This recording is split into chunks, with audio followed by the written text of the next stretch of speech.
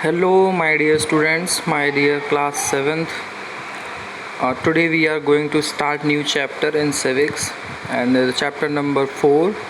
And the name of chapter is Growing Up as Boys and Girls. मतलब civics में कई सारे topic आपके लिए नए हैं. आपको समझाने की कोशिश ये की जाएगी कि मतलब आप जब बड़े हो रहे होते हैं एज अ गर्ल और बॉय, तो क्या आइडेंटिटी है, क्या सोसाइटी में सब लोगों के एक साथ बिहेव किया जाता है. और फिर आप देखेंगे कि पुअर रिच के बीच के डिफरेंसेस, चाहे लड़की हो लड़का हो, वो हर तरफ आपको ज़रूर दिखते हैं. तो ये छोटे छोटे टॉपिक्स आपको मतलब समझने में बड़ा आसानी भी होगी और नई चीज़ है, आपको पढ़ने में अच्छा भी लगेगा. लिखा है, बीइंग अ बॉय और girl is an important parts of one's identity. आप लड़का हो या लड़की हो, आपकी अपनी पहचान, आइडेंटिटी मतलब पहचान के लिए इम्पॉर्टेंट रखता है. The society we grow up is teaches us what kind of behaviour is acceptable for boys and girls. आप एक चीज़ बड़ा ध्यान से देखेंगे कि जब इस सोसाइटी में हम बड़े हो रहे होते हैं तो ये हमें सिखाया जाता है, या ये सोसाइटी हमें सिखाती है कि किस तरह का बिहेवियर एक्सेप्टेबल है गर्ल्स के लिए और किस तरह का बॉयज़ के लिए. उसका मतलब किस चीज़ से है कि दोनों ही बातें हैं. व्हाट काइंड ऑफ बिहेवियर में मतलब लड़कियों को कैसा बिहेव करना चाहिए या लड़कों को करना चाहिए, या फिर कैसा उनको बर्ताव मिलना चाहिए. दोनों बातें, दोनों में डिफरेंस है. एक होता है बेटा व्यवहार आपको मिल रहा है, और एक होता है व्यवहार करना. दोनों ही चीज़ों में बॉयज़ और गर्ल्स दोनों में किस तरह की चीज़ें एक्सेप्ट की जाती हैं. जैसे मान लीजिए कि एक बार को लड़का शराब सिगरेट पी ले तो कह देते हैं कोई बात नहीं, बहक गया होगा, किसी ने पिला दी होगी. बट अगर लड़की ही वैसा काम कोई सोसाइटी में कर दे तो सोसाइटी में, हमारे यहाँ इंडिया में हाय तौबा हो जाता है. अरे बाप रे, ये तो कुलक्षणी है, ये तो गंदगी कर दी, ये तो बहुत बेकार लड़की है, वगैरह वगैरह. तो ये सोसाइटी हमारे लिए ऐसा व्यवहार क्यों करता है, जबकि गलत तो काम पूरा ही है, चाहे वो लड़की करे लड़का करे.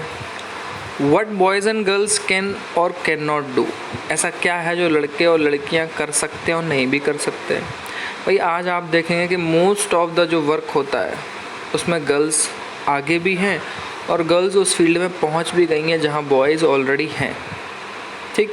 We often grow up thinking that these things are exactly the same everywhere. हमें हमेशा ये लगता है हमारी सोसाइटी में देख के, आपके स्कूल में देख के, या आपके आसपास की सोसाइटी देख के कि हर जगह वैसा ही होता होगा जैसे हम हैं. बट ऐसा नहीं है. But do all societies look up boys and girls in the same way. क्या आपको लगता है कि सोसाइटी में उन लड़के लड़कियों को एक तरह से ही हमेशा हम देखते हैं, व्यवहार करते हैं? ऐसा बिल्कुल नहीं होता है, क्योंकि अब इन्हीं चीज़ों के बारे में आप पढ़ेंगे इस पूरे चैप्टर में, और हम आंसर फाइंड करने की कोशिश करेंगे इस चैप्टर्स में. We will also look at how different roles assign to boys and girls prepare them for their future. और हमें ये भी समझ में आएगा कि हमने जो काम दिए हुए हैं बॉयज़ एंड गर्ल्स को, उनको प्रिपेयर कैसे किया जा रहा है फ्यूचर के लिए. Roles as man and women, और उनका रोल जो मैन और वुमेन के लिए भी होता है, क्योंकि बेटा किसी भी बॉय को एक दिन मैन बनना है और किसी भी गर्ल को एक दिन वुमेन बनना है, उसके लिए भी बात होगी. We will learn that most societies value man and women differently. और हम ये चीज़ बहुत अच्छे से समझ लेंगे स्टूडेंट कि मोस्ट ऑफ द सोसाइटीज़ में उसमें जो वुमेन्स और मैन का डिफरेंस है, उसकी वैल्यू में, उनके काम करने के तरीक़ों में, बोलने के तरीक़ों में, पहनने के तरीक़ों में, बहुत सारे तरीक़ों में डिफरेंस मिलेगा आपको. ठीक. The roles women play and the work they do are usually valued less than roles men play and work they do. ये सच है कि जो वुमेन अपना काम करती हैं या वो ध्यान देती हैं, उनको जो वैल्यू मिलनी चाहिए वो उतनी नहीं मिलती है. बजाय इसके जो मेन काम करते हैं, प्ले और वर्क करते हैं, उनको ज़्यादा मिलती है. ये सच है. तो ये चैप्टर उन्हीं इनइक्वलिटीज़ के बारे में है, और वुमेन हर काम में अब उभर के सामने आ रही हैं उसके बारे में भी है. और जो मैन और वुमेन के बीच जो इनइक्वलिटीज़ हैं, मतलब जो बराबरी का हक़ नहीं है, हम उसके बारे में इस चैप्टर में पढ़ने वाले हैं. ठीक है. यहाँ छोटे छोटे डायग्राम्स भी दिए हुए हैं और हम यहाँ से पढ़ते हैं। देखिए ये कहानी दी हुई है growing up Samoa in the 1920s। थोड़ी पुराना लेके चल रहे हैं क्योंकि अलग अलग सोसाइटी में अलग अलग जगहों पे इस तरह के एग्जांपल्स हैं, हम उनको लेके स्टार्ट करते हैं। ठीक है, सामोआ एक जगह है। The Samoan island are part of large group of small island in the southern part of the Pacific Ocean. Pacific Ocean जिसे प्रशांत महासागर भी बोलते हैं, वहाँ पे एक आइलैंड ग्रुप है जिसको हम सामोअन आइलैंड ग्रुप बोलते हैं। ठीक है, तो ग्रुप काफ़ी बड़ा है।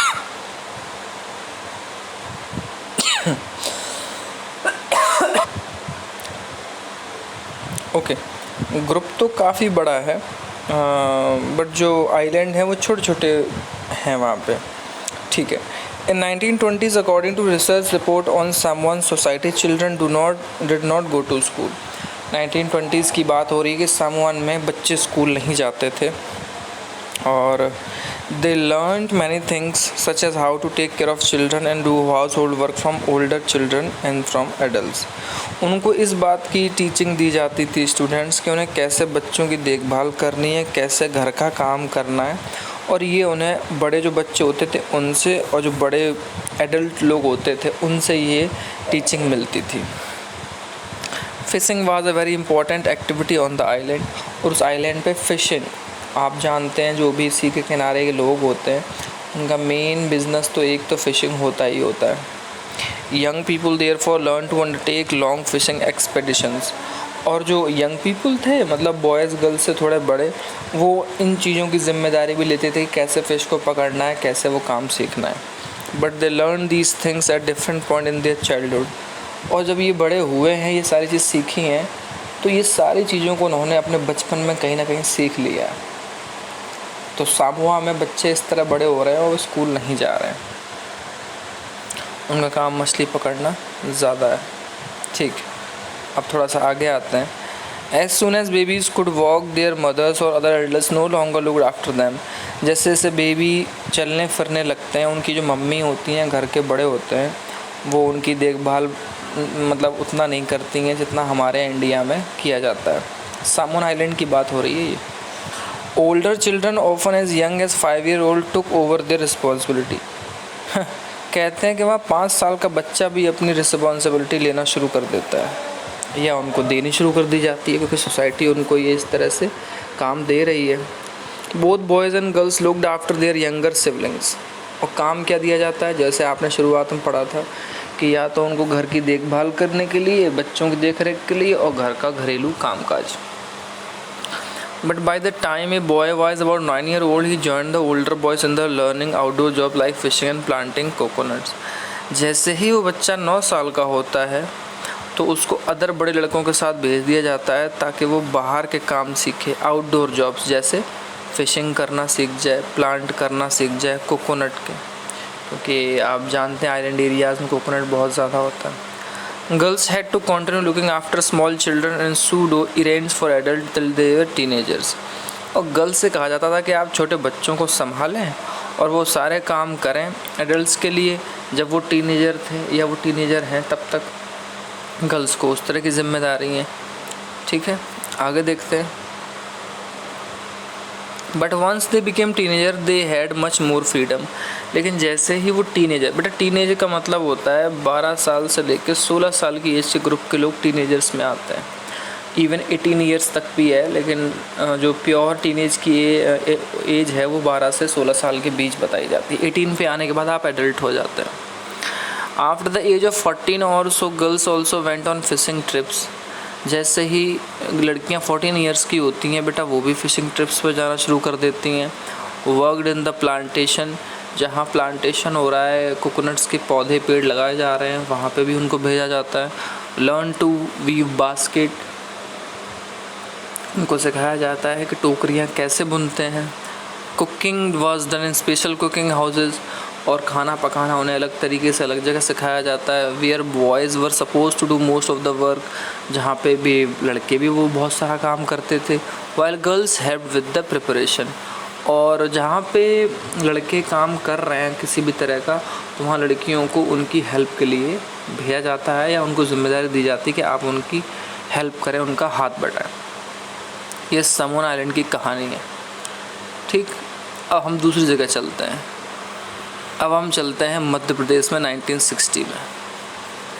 आप सोच के देखना कि सामोआ में जो 1920s में हो रहा था, मध्य प्रदेश में 1960 में 40 साल का जो गैप है, अब वहाँ पे किस तरह की सिचुएशन होगी। आप ज़रा इस चीज़ को ध्यान दें। और मेल के बारे में बात हो रही है, लड़कों के बारे में। The following is adapted form of an account of experience of being in a small town in Madhya Pradesh in 1960।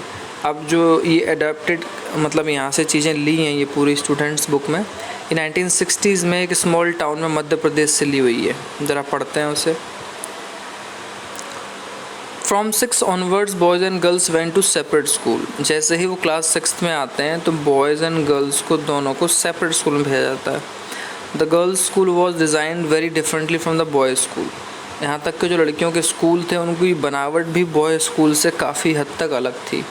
They had a central out courtyard where they played in the total seclusion. मतलब उनके लिए जो court yard था, खेलने का जगह, वो इस तरह से घिरा हुआ था, वो बस उसके अंदर ही खेल सकते हैं, टोटली कवर्ड है।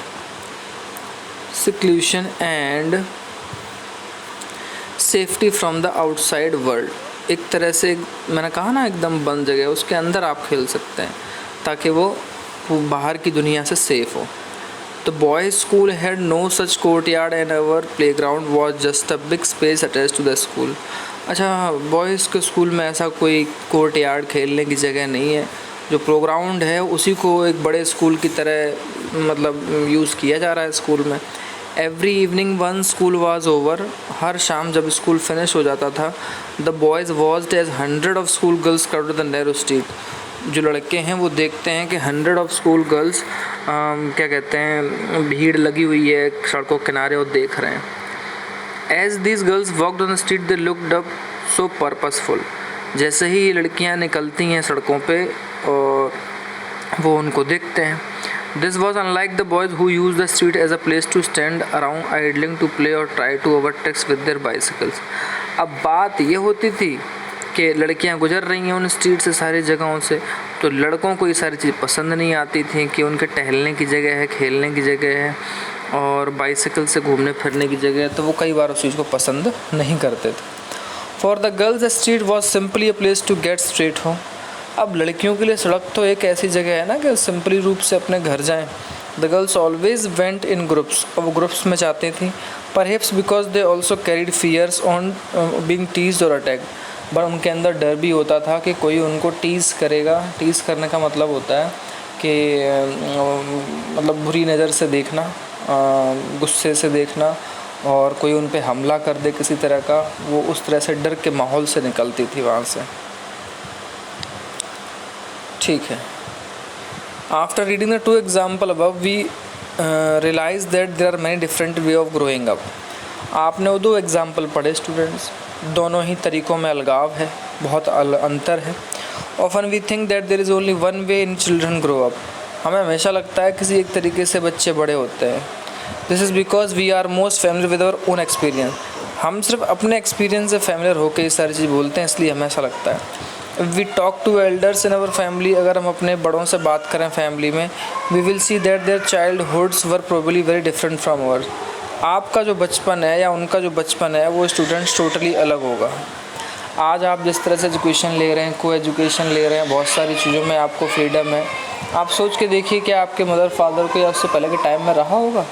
अगर कुछ भी ऐसा है तो अपने मम्मी पापा से ज़रूर बात करें एक बार कि पापा उस तरह कैसा माहौल था, साथ साथ कितना पढ़ते थे, कितनी एजुकेशन दिलवाई जाती थी, कितना दूर रखा जाता था, सारी चीज़ बताई जाएंगी आपको। ठीक है, तो ये सारी छोटी छोटी चीज़ें हैं जिनको समझने के लिए हम ये एग्ज़ाम्पल का सहारा ले रहे थे। तो आज के लिए क्लास में इतना रखेंगे, फिर इस चैप्टर को कल हम आगे बढ़ाएंगे। Okay students, thank you, have a nice day.